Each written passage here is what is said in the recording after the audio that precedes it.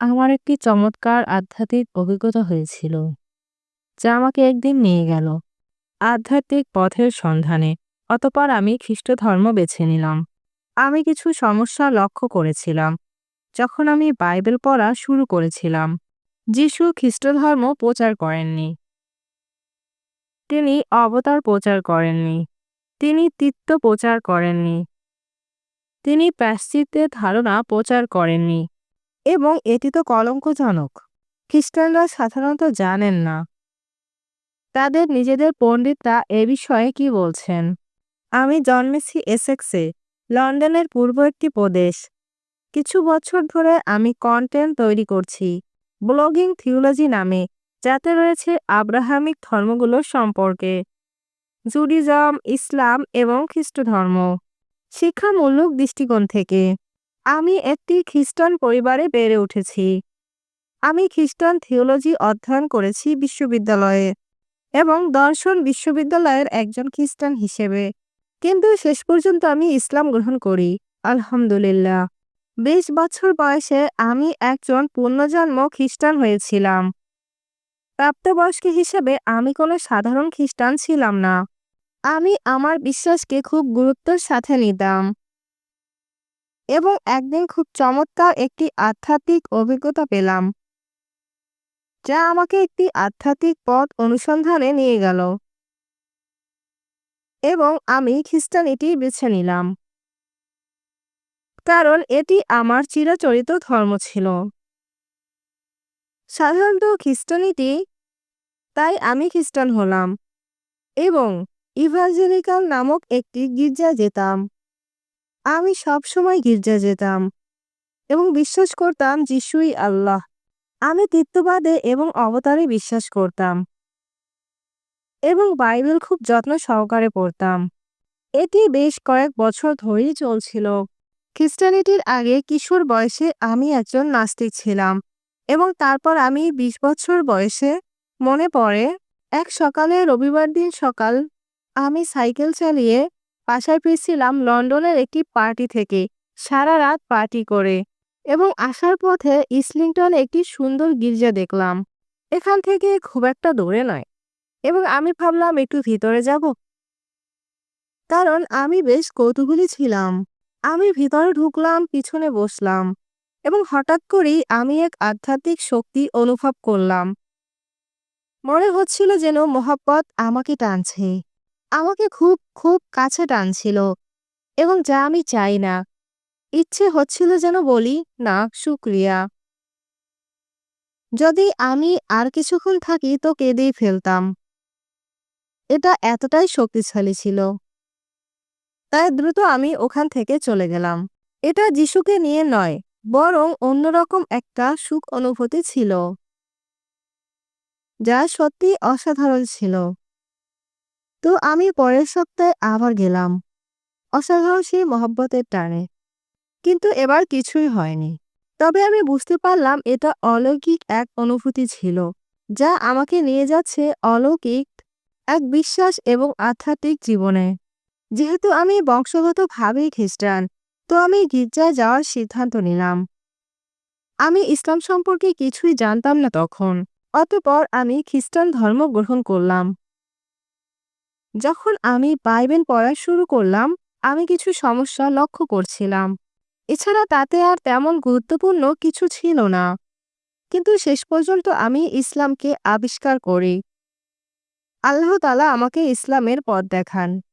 খ্রিস্টান হিসেবে আমার যে সমস্যাগুলো ছিল, তার সমাধান ইসলামেই পেয়েছি।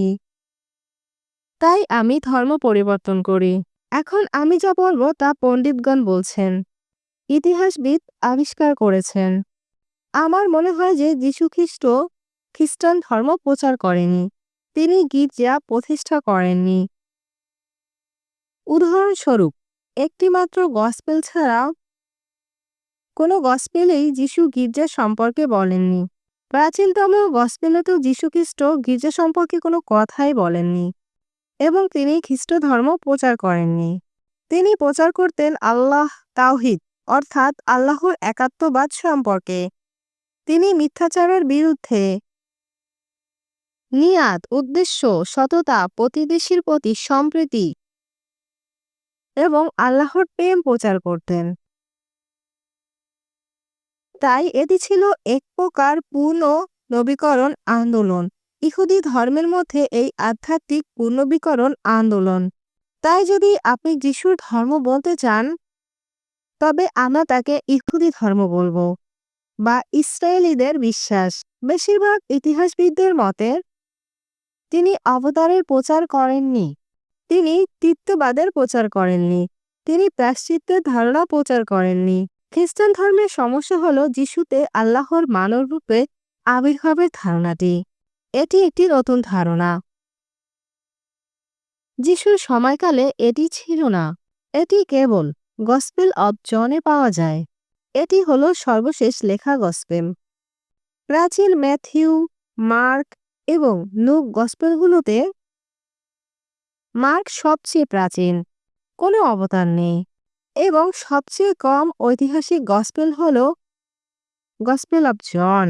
গসপেলের কেবল একটি স্থানে যিশু ঘুরিয়ে ফিরিয়ে বলেন, আমি পৃথিবীর আলো, বা আব্রাহামের আগে আমি ছিলাম, বা আমি পুনরুত্থান ও জীবন, বা আমি পৃথিবীর আলো। এইসব আমি বিবৃতিগুলো কেবল একটিমাত্র গসপেলেই পাওয়া যায়, সর্বশেষ জন গসপেলে। আপনি যদি প্রাচীন গসপেলগুলো দেখেন, যিশু কখনোই এভাবে কথা বলেন না। তিনি আল্লাহর কথা বলেন, তিনি তাওবার কথা বলেন। যিশু আল্লাহ নন, অন্য কেউ। তিনি বার্তা নন, আল্লাহই বার্তা। উনি বার্তা বাহক মাত্র।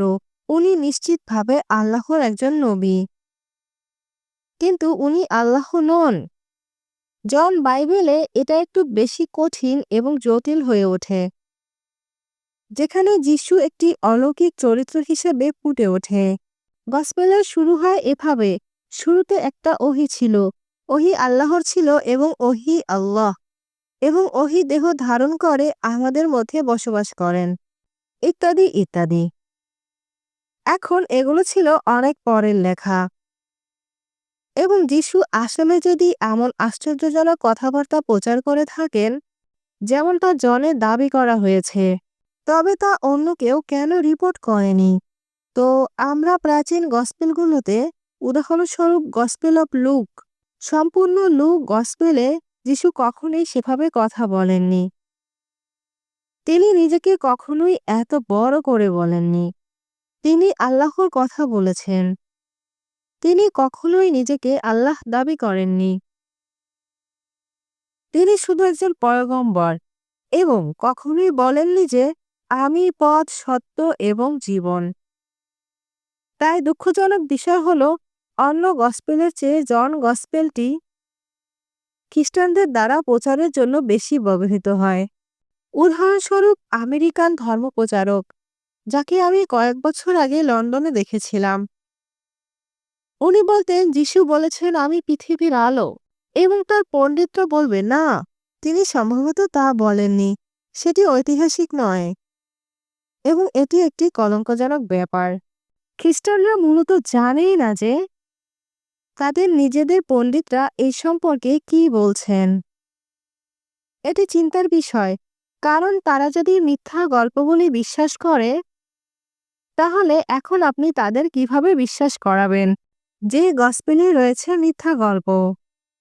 তাই এটি আপনার ঈমানকে নাড়া দিতে পারে। এবং যদি যিশু তৃতীয়ের প্রচার না করেন, যদি তিনি মনে করেন না যে তিনি আল্লাহর অবতার পুত্র, তাহলে একজন হিসেবে আমি এটিকে হুমকি মনে করব। কিন্তু সেটাও সমস্যা ছিল না। সমস্যা ছিল প্রমাণ হিসেবে প্রাচীন ঐতিহাসিক যিশু কিংবা গসপেলগুলোর বিশ্বাসযোগ্যতা। এসবের উপর ভিত্তি করেই আমার ধারণাগুলি সন্দেহর ভিত্তিতে নয়, কিন্তু প্রমাণটা কি, এবং সেসবের বিশ্বাসযোগ্যতার জন্য বেশিরভাগ প্রমাণই সেখানে নেই। আর সেটাই সমস্যা ছিল। একজন খ্রিস্টান হিসেবে আমি প্রচণ্ড ইসলাম বিদ্বেষী ছিলাম। 9/11-এর পর মুসলমানদের প্রতি আরও ভয় জন্মালো, এবং আমি সিদ্ধান্ত নিলাম যে আমি নিজে ইসলাম সম্পর্কে সত্য জানার চেষ্টা করব। প্রকৃতপক্ষে মুসলমানদের সাথে কথা বলি। আমি কোনো মুসলমানকে চিনতাম না, তাই আমি আমার স্থানীয় মসজিদে গিয়েছিলাম, রিজেন্স পার্ক মসজিদে, এবং সেখানে মুসলমানদের সাথে কথা বলি। ইংরেজিতে আমি কুরআন পড়েছি এবং আমি প্রকৃত ইসলাম আবিষ্কার করি, এবং আমাকে হঠাৎ অবাক করে দেয় সেটি, কারণ এটি আল্লাহর সম্পর্কে বোঝার সত্যিকারের পথ উন্মোচন করে যা আমার খ্রিস্টান ধর্মে ছিল না। আমি জানতাম না যে অন্য বিকল্প ছিল।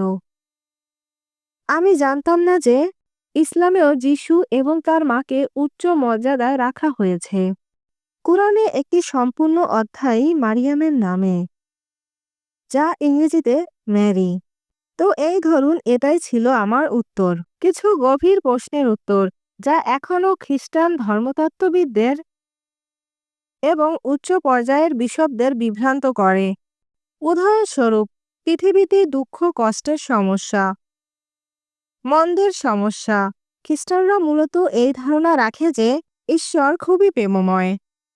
আপনি ভাবলেন, তাহলে মানুষ ক্যান্সারে মারা যাচ্ছে কেন? ভূমিকম্প সম্পর্কে কি বলবেন? এই বিষয়ে আমি আসলে ক্যান্টারবেরির আর্চবিশপ জাস্টিন ওয়েলবির কথা শুনেছি, এবং তার কাছে কোনো উত্তর নেই।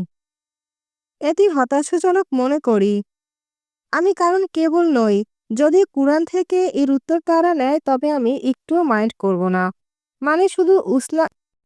শুধু ইসলামেই এই প্রশ্নগুলোর উত্তর রয়েছে, প্রকৃত উত্তর যা আমাদের জীবনের সাথে, পৃথিবী এবং আল্লাহর চরিত্রের সাথে সম্পর্কিত। এবং জীবন হলো একটি পরীক্ষা এবং পরীক্ষণ এবং পরকালের পুরস্কার, সব কিছুর সমাধান। কিন্তু খ্রিস্টানরা এইসব উপাদান ব্যবহার করে না। তবে আমি মাইন্ড করতাম না যদি তারা এটা ধার নিত, বুঝলেন? কিন্তু ইসলামে অন্যান্য সমস্যাগুলোরও উত্তর রয়েছে, যেমন যিশু কে। পশ্চিমা পণ্ডিতদের মতে যিশু কে ছিলেন? তিনি ভেবেছিলেন তিনি একজন নবী। ঠিক আছে, এটি কোরআনে শিক্ষা দেয়। আর কি? তিনি ভেবেছিলেন তিনি মসীহ। কোরআন এটি শিক্ষা দেয়। তিনি ভাবেননি তিনি ঈশ্বর। কোরআন এটিও শিক্ষা দেয়। তিনি তৃতীয়বাদ শিক্ষা দেননি। তিনি অবতার শিক্ষা দেননি। তিনি এসব শিক্ষা দেননি। তিনি গির্জা প্রতিষ্ঠা করেননি। মূলত ইতিহাসবিদদের মতামত অনুযায়ী, এবং মুসলমানরা বিশ্বাস করে না যে তিনি ক্যাথলিক গির্জা প্রতিষ্ঠা করেছিলেন। তো কোরআন যিশু সম্পর্কে যা বলছে এবং পশ্চিমা পণ্ডিতদের নতুন গবেষণা যা বলছে যিশু সম্পর্কে, তার মধ্যে অবিশ্বাস্য মিল রয়েছে।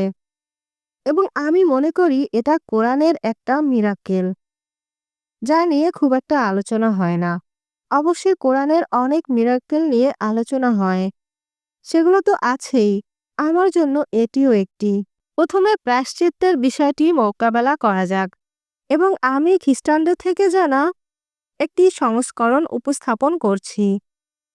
অনেক খ্রিস্টান আপনাকে বলবে যে যিশু ছিলেন আল্লাহ, ঠিক আছে, এবং তিনি আপনার পাপের জন্য মারা গেছেন। আমি ভাবি, ভালো কথা। তো আপনি বলছেন আল্লাহ আমার পাপের জন্য মারা গেছেন, কিন্তু আমার তাতে প্রবলেম আছে। বাইবেল অনুসারে বলা হয় ঈশ্বর অমর, এবং তবু আপনি বিশ্বাস করেন যে যিশু আপনার পাপের জন্য মারা গেছে। তারা বলে, আচ্ছা আচ্ছা আচ্ছা, ওকে, ঠিক আছে, আল্লাহ মারা যাননি, কিন্তু তার মানব সত্তাটি মারা গেছে। মানব যিশু আপনার পাপের জন্য মারা গেছেন। ওহ, এটাও মজার বিষয়। তাহলে আপনি আমাকে বলছেন যে আপনি মানব বলিদানে বিশ্বাস করেন, এবং তাদের মতে সেটাই হচ্ছে আল্লাহর সাথে পূর্ণ মিলনের পথ। এটাই প্রায়শ্চিত্ত। না, এটা আসলে মানব বলিদান নয়, কিন্তু এটাই, কারণ যিশু ছিলেন একজন মানুষ। তিনি ছিলেন আপনার পাপের জন্য বলি। সেটা আপনি এইমাত্র বলেছেন। যিশু মানব বলিদানের প্রচার করেননি। তিনি একজন দয়ালু এবং প্রেমময় আল্লাহর প্রচার করেছেন। তাই এটা একটা সমস্যা। এবং আরেকটি সমস্যা হলো তিক্তের সমস্যা। এখানে দুটি সমস্যা আছে। প্রথমত, যিশু কখনো এটা শেখাননি। তার শিষ্যরা এটা বিশ্বাস করেননি। এটা আমার জন্য বড় একটা সমস্যা। দ্বিতীয়ত, তারা বলে যে আল্লাহ এক। কিন্তু পিতা আল্লাহ, পুত্র আল্লাহ এবং পবিত্র আত্মাও আল্লাহ। তো এখানে আছে তিনটি, কিন্তু তারা এক। এবং আমি বলছি অপেক্ষা করো, পিছনে যাও। তাহলে পিতা কিভাবে পূর্ণ আল্লাহ হতে পারে? পূর্ণ পৌত্র আল্লাহ এবং পবিত্র আত্মা পূর্ণ আল্লাহ হতে পারে, কিন্তু তবু এক আল্লাহ থাকবে কিভাবে? আপনি সবেমাত্র বলেছেন যে তিনটি আল্লাহ আছে। ধীরে ধীরে তিক্ত ধারণার বিকাশ হয়েছিল কয়েক শতাব্দী ধরে। তাই প্রথমে ধারণা ছিল যে আল্লাহ আছে, আল্লাহ পিতা, এবং তারপর সমস্যা ছিল আল্লাহর সাথে যিশুর সম্পর্ক কি। এবং বিশেষ করে দ্বিতীয় শতাব্দীতে ধারণা করা হয়েছিল যে যিশু এবং আল্লাহ কোনো না কোনোভাবে সম্পর্ক ছিলেন। আল্লাহ আল্লাহই ছিলেন, কিন্তু কোনো না কোনোভাবে যিশুও আল্লাহই ছিলেন। কিন্তু এটা আসলে তৃতীয় শতাব্দীতে হয়েছিল, তুরস্কের নিকাইয়া কাউন্সিলে। শুধুমাত্র নিকাইয়া কাউন্সিলে আনুষ্ঠানিকভাবে সম্রাট কনস্টান্টিনের অধীনে বিশপরা সিদ্ধান্ত জানিয়েছিলেন যে পুত্র এবং পিতা সমান ছিলেন।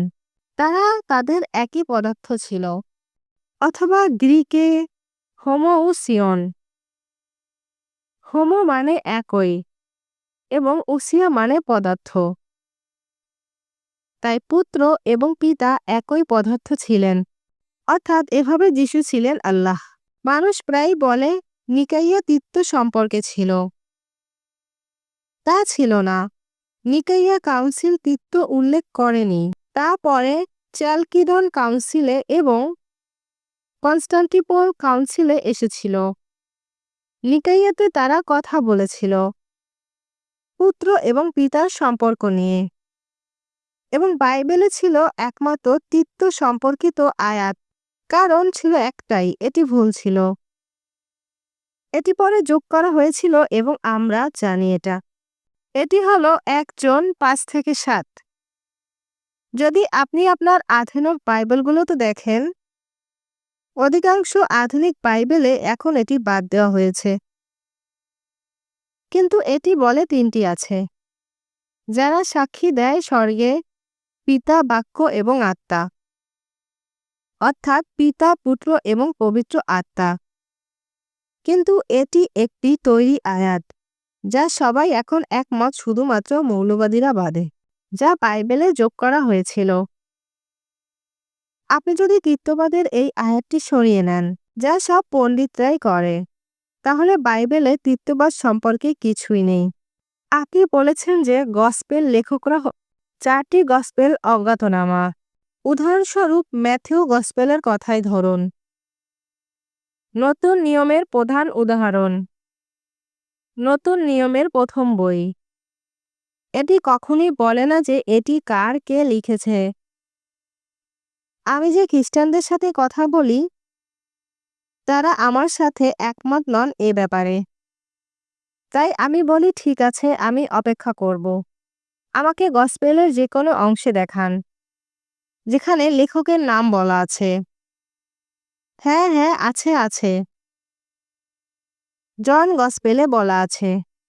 ঠিক আছে, আমি অপেক্ষা করব। এখানে আপনার বাইবেল দেখান কোথায় বলা আছে। তো আমি অপেক্ষা করি। আমি সাধারণত তাদের 2 মিনিট দেই, কারণ আমার জীবনে অনেক কিছু করার আছে, বুঝলেন? এবং আমি সবসময় জানি, কারণ এটা একটি দাবার খেলা। তারা ফিরে এসে বলবে, এবং তারা বিষয় পরিবর্তন করে। তারা শুধু বিষয় পরিবর্তন করে কারণ জনের কোথাও লেখকের নামকরণ করা নেই যে এটি লিখেছেন। এটি সেখানে নেই, কিন্তু তারা বিশ্বাস করে যে এটি আছে, কারণ তাদেরকে এমনটাই বলা হয়েছে। আল্লাহ দয়ালু এবং তিনি সত্যিই মানুষকে পথ দেখাতে চান অন্যান্য ধর্মের থেকে সত্যের দিকে, এমনকি সেই বিশ্বাসের মধ্যেও, যেমন শিরক থেকে দূরে। আমি এটা বিশ্বাস করি কারণ আমি মনে করি আল্লাহ মানুষের বিষয়ে ভাবেন। প্রাচীন গসপেলগুলো জনে না, সবচেয়ে কম ঐতিহাসিক প্রাচীন গসপেলগুলোতে আপনি যিশুকে বলতে দেখবেন, হে মানুষের যে মানুষের পুত্র আসবেন তার কথা নিজের নয়, তিনি তৃতীয় ব্যক্তির কথা বলছেন, অন্য কেউ আছে। এখন খ্রিস্টানরা প্রায় বলে, ওহ যিশু সেখানে নিজের কথা বলেছেন, কিন্তু এটা কিছুটা বিকৃত। যিশু নিজের কথা বলেন, তারপর তিনি তৃতীয় ব্যক্তিকে পরিবর্তন করে বলেন যে একজন মানুষের পুত্র যে আসবেন তার কথা।